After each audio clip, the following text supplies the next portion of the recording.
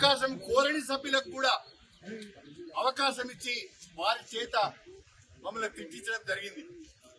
ఇది చాలా దుర్మార్గమైన సాంప్రదాయం. శాసనసభ వ్యవహారాలకు సంబంధించిన విషయం ఇది. Legislative affairs minister Sridhar Babu గారు, మనం శాసనసభను ఉందాగా నడుపుకుందాం, శాసనసభలో మంచి ఎగ్జాంపుల్స్ సెట్ చేద్దామని ఆయన చెప్పిన తర్వాత మళ్ళీ ముఖ్యమంత్రి గారు ఆ పార్టీకి చెందిన సభ్యులు అసభ్య పదజాలాన్ని ఉపయోగిస్తున్నారు. దీన్ని మాట్లాడదామంటే, దీనిపైన మా వివరణ ఇద్దామంటే మా గొంతు నొక్కారు శాసనసభలో. గత్యంతరం లేని పరిస్థితులలో బయటికి వచ్చి కనీసం మీడియా పాయింట్ దగ్గరైనా లోపల ఏం జరిగిందో చెప్పుకుందామంటే ఇక్కడ ఇనుప కంచెలను పెట్టారు. చాలా గొప్పగా ప్రగతి భవన్ ముందట ఇనుప కంచెలను తొలగించాం, స్వేచ్ఛా వాయువులను ప్రజలకు ప్రసాదించామని చెప్పారు. శాసనసభ్యులకే గతి లేదు. ఇక్కడ శాసనసభ ప్రాంగణంలో శాసనసభ్యులు తిరగటానికే అనేక రకాలైన ఆంక్షలు, ఇక్కడ కంచెలు.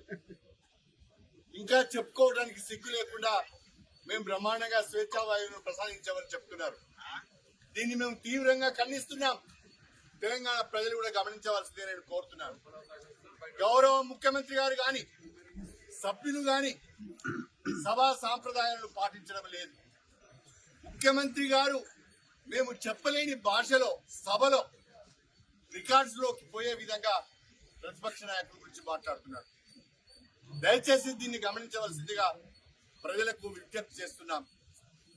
దీన్ని మేము ఎప్పటికైనా ఈ రకమైన ప్రవర్తన ప్రభుత్వం నుంచి ఉంటే, ఇదే రకమైన భాషను ముఖ్యమంత్రి గారు కొనసాగించాలని అనుకుంటే సమంజసం కాదు. అంతే తీవ్ర స్థాయిలో మీరు మా వైపు నుంచి కూడా దాడిని ఎదుర్కోవాల్సి వస్తుంది అని చెప్పి నేను ఈ సందర్భంగా తెలియజేసుకుంటున్నాను. భాష రాక కాదు, మాటలు రాక కాదు, మీరు మాట్లాడే మాటల కంటే అసభ్య పదజాలాన్ని ఉపయోగించే సత్తా మా దగ్గర ఉన్నది. కాకపోతే మాకు సభ్యత అడ్డు వస్తున్నది, సంస్కృతి అడ్డు వస్తున్నది. తెలంగాణ భాషను, తెలంగాణ సంస్కృతిని కించపరచదలుచుకోలేదు. అందుకనే ముఖ్యమంత్రి గారి పట్ల ఆ అసభ్య పదజాలాన్ని మేము వినియోగించుకోవడం లేదు.